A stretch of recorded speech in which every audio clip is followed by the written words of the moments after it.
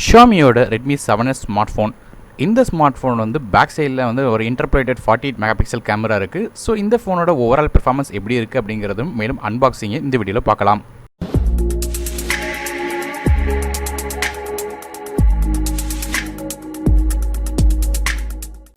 ரெட்மியோட இந்த 7S smart ஃபோனை unbox பண்ணி என்னென்ன விஷயங்கள் உள்ளே இருக்குது அப்படிங்கிறத பார்க்கலாம். முதல்ல பாக்ஸை பார்க்கும்போது நம்மகிட்ட இருக்கிற வேரியண்ட் வந்து 4GB RAM 64GB variant. So பாக்ஸோட கண்டென்ட்ஸை ஒன்றுனா பார்க்கும்போது நமக்கு வந்து முதல்ல வந்து சார்ஜர் வருது. இது வந்து ஸ்டாண்டர்டான 10W சார்ஜர் கொடுக்குறாங்க. So normal fast charging support. அது மட்டும் இல்லாமல் நமக்கு வந்து USB Type-C கேபிள் கொடுத்துருக்காங்க. அதுக்கப்புறம் நமக்கு ஒரு சிம் எஜெக்டர் டூல் இருக்குது. அது மட்டும் இல்லாமல் இதை ஓப்பன் பண்ணும்போது நமக்கு வந்து ரெகுலரான பேப்பர் ஒர்க்ஸும் இருக்குது. இப்போ ஸ்ட்ரைட்டாக ஃபோனுக்கு போயிடலாம்.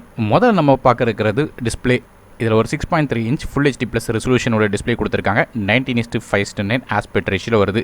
2.5D கர்வ் கிளாஸ் செஞ்சுருக்காங்க. மேலும் கார்னிங் கோரில்லா கிளாஸ் 5ஓட சப்போர்ட் இருக்குது.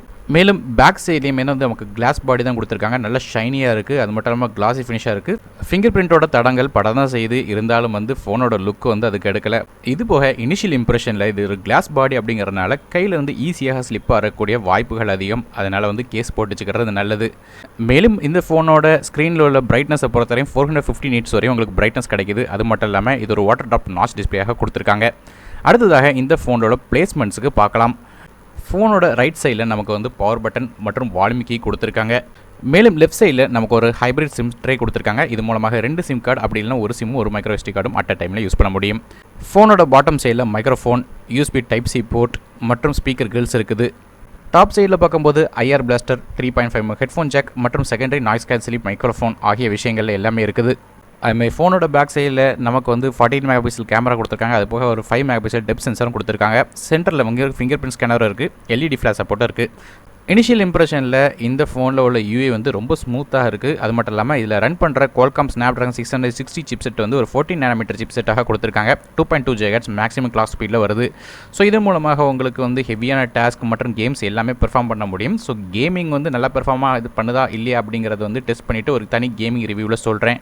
மேலும் RAM அண்ட் என்னோட ஸ்டோரேஜை பொறுத்தவரை இந்த ஃபோன் வந்து 3GB RAM வித் 32GB ஸ்டோரேஜோடும் இன்னொரு 4GB RAM வித் 64GB ஸ்டோரேஜோ வருது. நம்மகிட்ட இருக்கிற 64GB வேரியன்ட் வச்சிருக்காங்க. So micro SD card support 256GB வரையும் எக்ஸ்டெண்டபிள் பண்ணிக்கலாம். ஓஎஸை பற்றி பார்க்கும்போது இது Android 9.0 பையில் வந்து ரன் ஆகுது. MIUI 10 இன்டர்ஃபேஸில் வந்து இது ரன் ஆகிட்டு இருக்கு.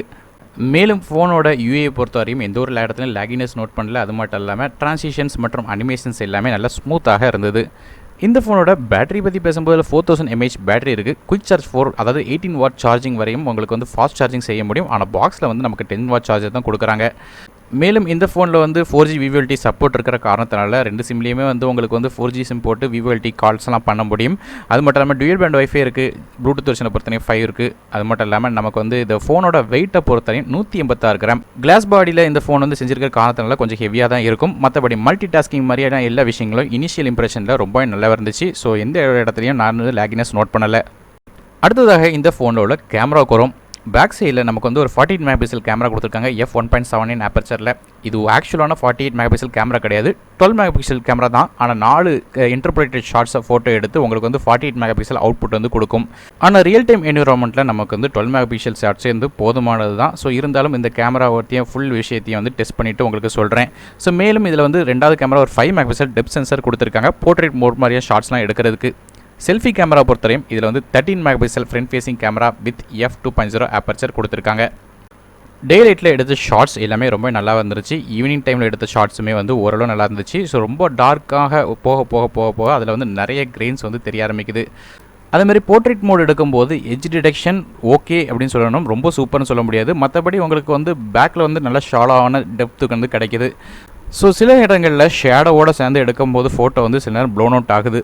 மற்றும் செல்ஃபி கேமரா பொறுத்தவரையும் நமக்கு வந்து 13 மெகா பிக்சல் கேமரா அவுட்டோர் கண்டிஷன்ஸில் நல்லாவே ஷூட் ஆகுதுன்னு சொல்லணும். ஆனால் வந்து இன்டோர் கண்டிஷன்ஸில் வந்து அதில் டிஸ்டோர்ஷன்ஸ் இருக்குது. ஸோ நல்ல கேமரா டெஸ்ட் பண்ணிட்டு உங்களுக்கு வந்து ஃபுல் ரிவ்யூவில் மென்ஷன் பண்ணுறேன். ஸோ ஃப்ரெண்ட்ஸ், இந்த ரெட்மி 7S ஸ்மார்ட் ஃபோனை பற்றி உங்களோட கருத்து என்ன கீழே கமெண்ட்டில் மென்ஷன் பண்ணுங்கள். மேலும் வந்து இந்த ஃபோனோட பற்றின ஃபுல் விஷயங்கள், கேமிங் ரிவ்யூ, அது மட்டும் இல்லாமல் இதோட பெர்ஃபார்மன்ஸ் எப்படி இருக்குது, ஹீட்டிங் இருக்கா இல்லையா அப்படிங்கிறது எல்லாத்தையும் வந்து ஃபுல் ரிவ்யூவில் மென்ஷன் பண்ணுறேன். அது மட்டும் இல்லாமல் ஃப்ரெண்ட்ஸ், இந்த சேனல் இதுவரையும் சப்ஸ்கிரைப் பண்ணலாம். கீழே இருக்கிற சப்ஸ்கிரைப் பட்டனை ப்ரெஸ் பண்ணிடுங்க. மேலும் பெல் பட்டனையும் வந்து ப்ரெஸ் பண்ணிடுங்க. ஏன்னா மேலும் பல வீடியோக்காக இருக்குது. நாரும் டெக் தமிழுக்காக மற்றொரு வீடியோ உங்கள் சந்திக்கும் வரை நன்றி, வணக்கம்.